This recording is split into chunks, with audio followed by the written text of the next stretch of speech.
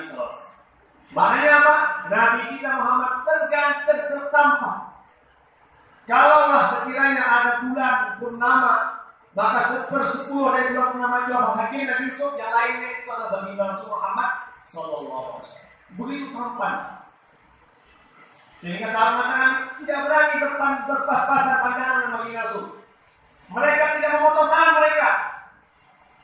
Mereka bukan saja tidak merasa terpotong tangan mereka, bahkan nyawa mereka melayang mereka tak terasa karena apa? Cinta yang begitu dalam kepada baginda Rasul Muhammad sallallahu alaihi wasallam.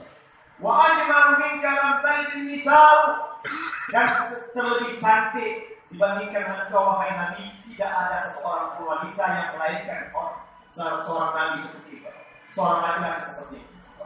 Sempurna dari ujung kepala sampai kaki. Hadirin nama Allah disebutkan. Kalau ingin tahu macam mana tentang Nabi, kita akan belajar blok mendatang. Rambut Rasulullah macam mana?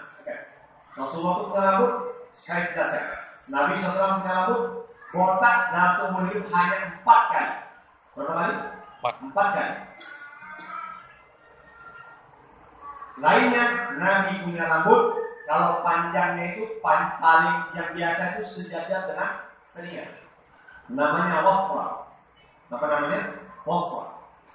Kemudian di bawah itu namanya lima. Di antara bahu dan leher namanya lima. Kemudian yang paling panjang itu sejajar dengan bahu, panjang. Kalau beliau mau mencukur maka cukur semuanya, sampai separuh dicukur, separuhnya lagi dicukur. Atau dibuat setengah-setengah, enggak. Potong semuanya. Cukur semuanya. Tapi kalau motong yang di belakang saja. Sehingga Nabi SAW sering disisiri rambutnya oleh baginda Rasul Muhammad SAW. Nabi SAW sering disisiri rambutnya oleh istrinya. Ibu-ibu mau dapat panggilan besar? Mau? Nanti pulang ke rumah, ya kan? Pulang ke rumah.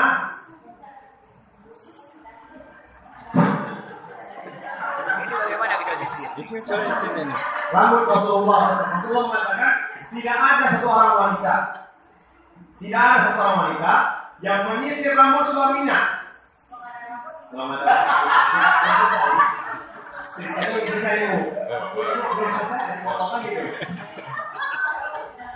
Kata Rasulullah SAW, tidak ada seorang wanita yang menyisir rambut suaminya kecuali Allah akan ampunkan dosanya sebaik rambut di kepala suaminya. Ustaz, bagaimana kalau nggak ada rambut? Jawabannya, sebelum nggak punya rambut kan pernah punya rambut. Maka seorang wanita yang mengurut kepala suaminya sama seperti menyisir rambut suami. Mana Bu?